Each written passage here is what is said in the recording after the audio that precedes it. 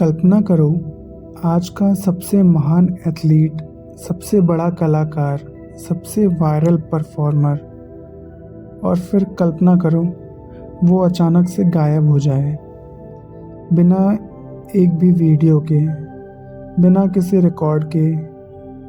यही है वास्लाव निजिंस्की का रहस्य। 1910 का पेरिस, लोग उन्हें गॉड ऑफ डांस कहते थे। आलोचक लिखते हैं कि वह कूदता नहीं था, वह उड़ता था। कहा जाता था वह हवा में ठहर जाता था, जैसे गुरुत्वाकर्षण उसके लिए नियम नहीं, एक सुझाव हो। लेकिन आज अगर तुम उसे खोजो, तुम्हें क्या मिलेगा? सिर्फ तस्वीरें, कुछ स्थिर क्षण और लोगों की पागल कर देने वाली यादें। कोई वीडियो नहीं है, कोई असली सबूत नहीं। क्यों? क्योंकि उसका गुरु, उसका प्रेमी सर्गेई दियागिलोव, उसने उसे रिकॉर्ड होने से मना कर दिया। उसका विश्वास था उस समय के कैमरे उस जादू को पकड़ नहीं सकते, और इसी वजह से निजिंस्की एक भूत बन गया। एक ऐसी कहानी जिस पर हमें विश्वास करना पड़ता है, लेकिन असली रहस्य यहाँ ख़त्म नहीं होता। असली रहस्य है जब रोशनी बुझ गई और पर्दा गिर गया। सिर्फ 29 साल की उम्र में स्विट्ज़रलैंड के एक मंच पर वह आखिरी बार खड़ा हुआ। उसने दर्शकों से कहा, अब मैं तुम्हें युद्ध दिखाऊंगा जिसे तुम रोक नहीं पाए। और फिर उसने नृत्य किया, एक ऐसा नाच जो सुंदर नहीं था, जो डरावना था, जो सच्चाई था। और उसके बाद वह कभी मंच पर वापस नहीं आया। आज हम उस आदमी के दिमाग में उतरेंगे जिसने गुरुत्वाकर्षण को तोड़ा, और उस पागलपन में जिसने अंत में निजिंस्की को ही तोड़ दिया। ये कहानी है प्रतिभा की, जुनून की, और एक टूटते हुए देवता की। यह है वास्लाव निजिंस्की की कहानी। मंच अब सिर्फ मंच नहीं रहा था, वह युद्ध भूमि बन चुका था, जहां कला नियमों को तोड़ रही थी। वास्लाव निजिंस्की अब सिर्फ नर्तक नहीं थे, वह एक अनुभव थे, एक झटका जो आत्मा तक जाता था। उनकी सबसे प्रसिद्ध भूमिकाएं पेत्रुश्का की एक कठपुतली जो महसूस करती है, जो दुख झेलती है और अंत में टूट जाती है, शहराज़ादे, जुनून, इच्छा और पागलपन का नृत्य, हर मूवमेंट में आग, स्पेक्ट्रे दे ला रूज, एक सपना जहां वह खिड़की से कूदते हैं और ऐसा लगता है जैसे वह उड़ गए हों।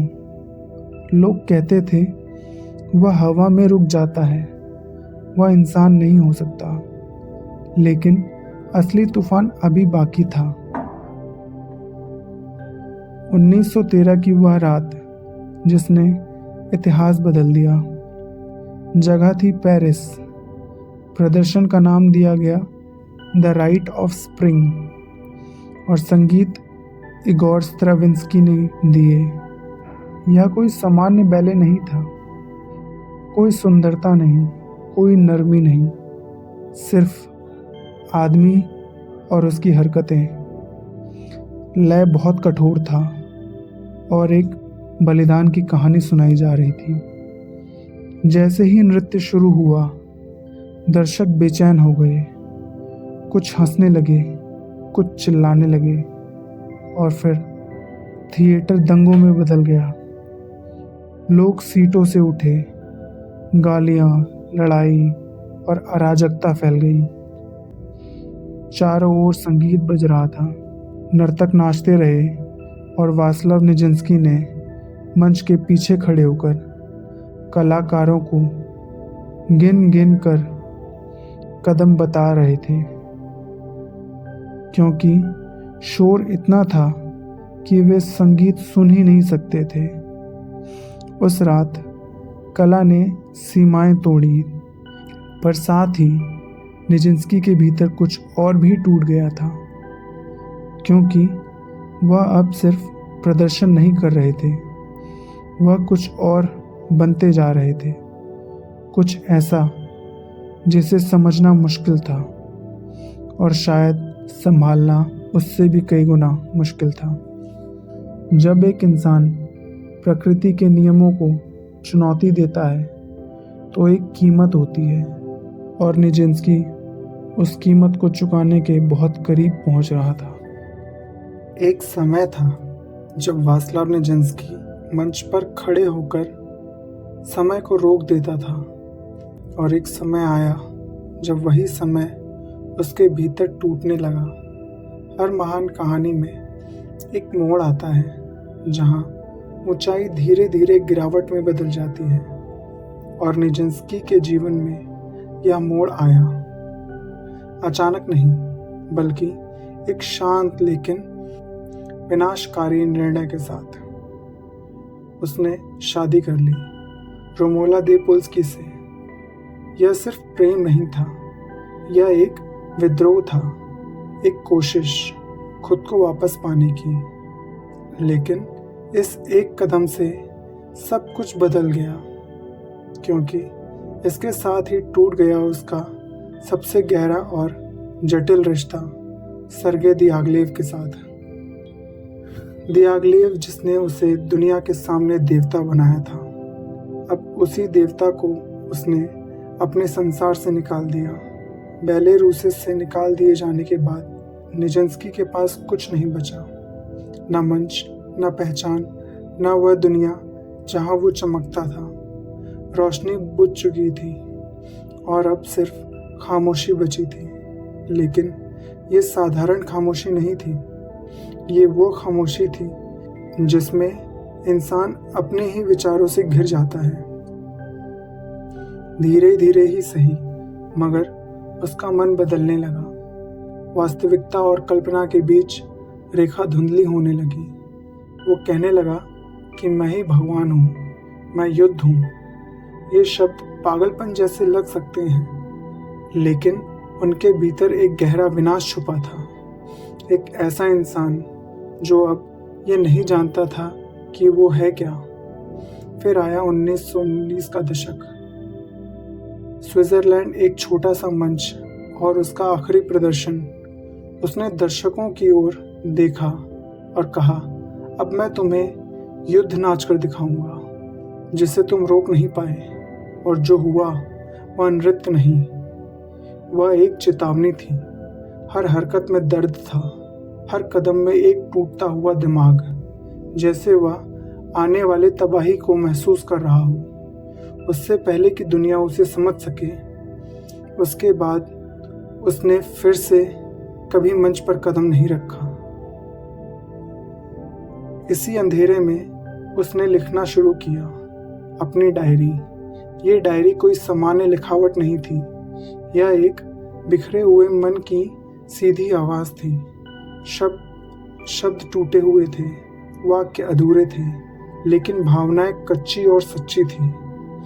वह लिखता है, मैं भगवान हूँ, मैं इंसान नहीं हूँ, मैं महसूस करता हूँ। ये पढ़कर लगता है कि वह पागल हो रहा था, लेकिन एक और संभावना भी थी कि वह दुनिया को एक ऐसे स्तर पर महसूस कर रहा था जहाँ शब्द कम पड़ जाते हैं। डॉक्टरों ने इसे नाम दिया स्किज़ोफ्रेनिया, एक ऐसी बीमारी जो इंसान को उसकी ही वास्तविकता से दूर कर देती है। लेकिन आज भी यह सवाल बना हुआ है, क्या यह सिर्फ बीमारी थी या एक ऐसा दिमाग जो बहुत आगे देख रहा था, इतना आगे कि वह खुद को ही खो बैठा। क्योंकि कभी कभी प्रतिभा और पागलपन के बीच रेखा इतनी पतली होती है कि उसे पार करने का एहसास भी नहीं होता, और निजिंस्की अब उस रेखा के पार जा चुका था जहां से लौटना संभव ही नहीं था। और फिर सब कुछ शांत हो गया। वह आदमी जिसने कभी मंच पर तूफान खड़े कर दिए थे, अब एक ऐसे खामोशी में खो गया था जहाँ कोई तालियां नहीं थी, कोई रोशनी नहीं थी, सिर्फ समय था जो धीरे धीरे उसके चारों ओर जमता जा रहा था। वास्लाव निजिंस्की अब दुनिया से दूर था, मानसिक आश्रमों के दीवारों के भीतर, जहाँ दिन और रात का फर्क भी धुंधला पड़ जाता है। साल बीतते गए, 1, 2, 10 और फिर 30 साल। बाहर की दुनिया बदलती रही, लेकिन उसके भीतर जैसे समय रुक सा गया हो। डॉक्टर उसे समझने की कोशिश कर रहे थे, उसे ठीक करने की कोशिश करते रहे,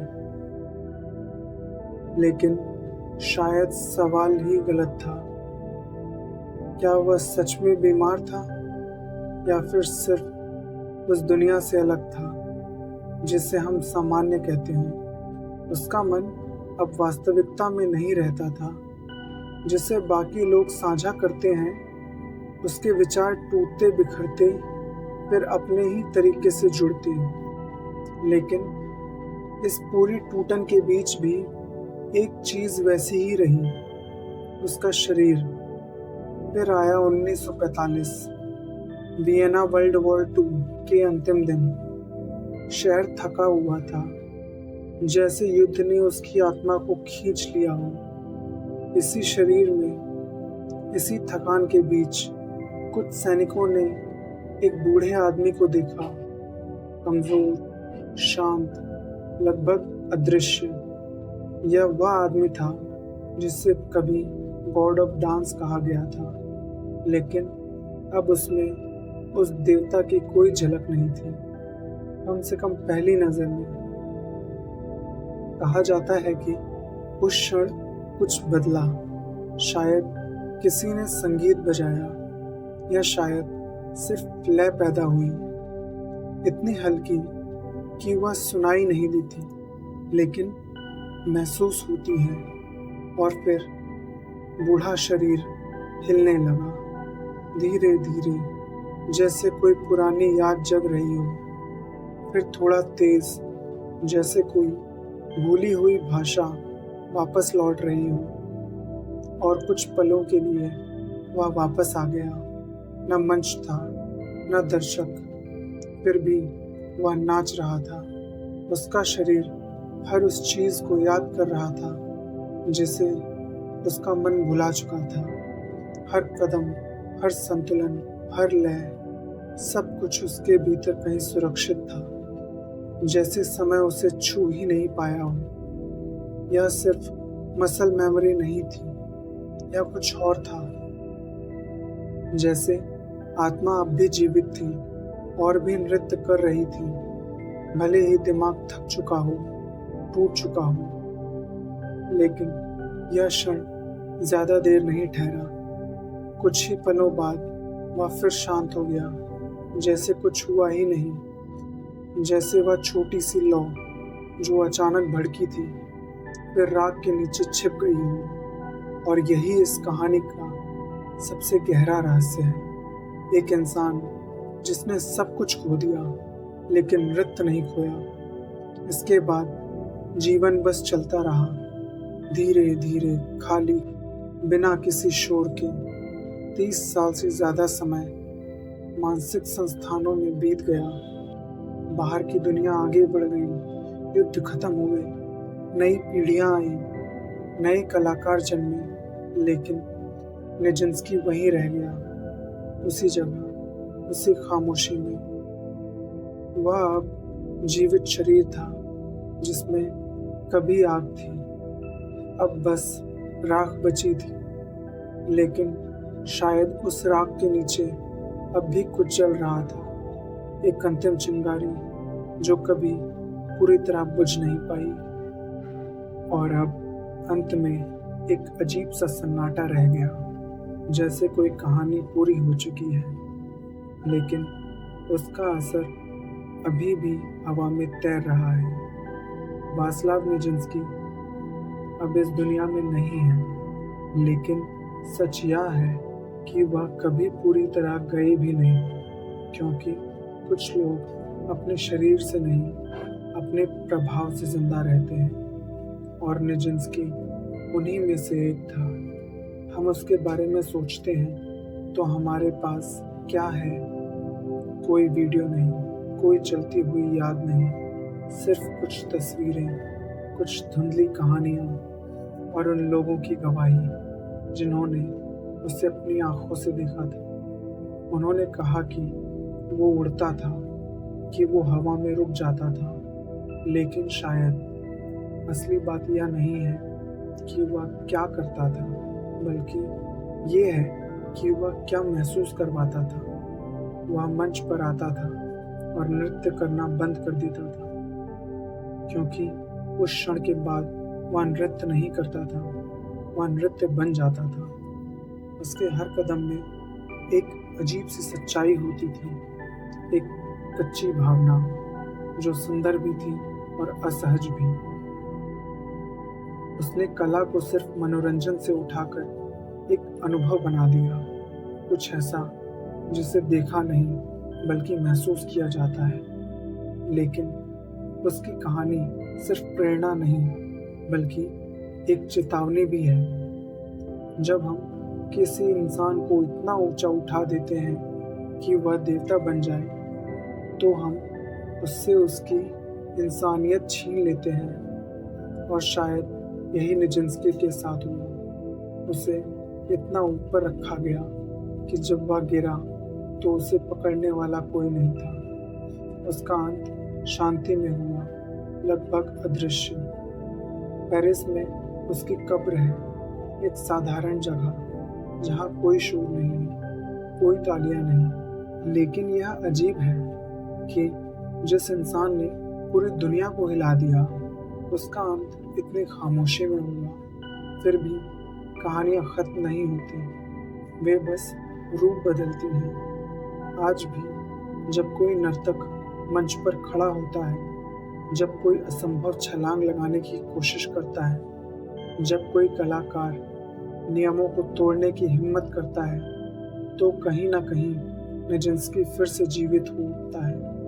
वो आज एक इंसान नहीं रहा, वो एक विचार बन चुका है, एक प्रतीक उस सीमा का जहाँ प्रतिभा और पागलपन एक दूसरे को छूते हैं। और शायद यही उसकी सबसे बड़ी विरासत है। कुछ लोग मरते नहीं, वे बस कहानियों में बदल जाते हैं। और निजिंस्की एक ऐसी ही अनसुनी कहानी था। वो एक एहसास है जो हर उस पल में जिंदा रहता है जब इंसान असंभव को छूने की कोशिश करता है।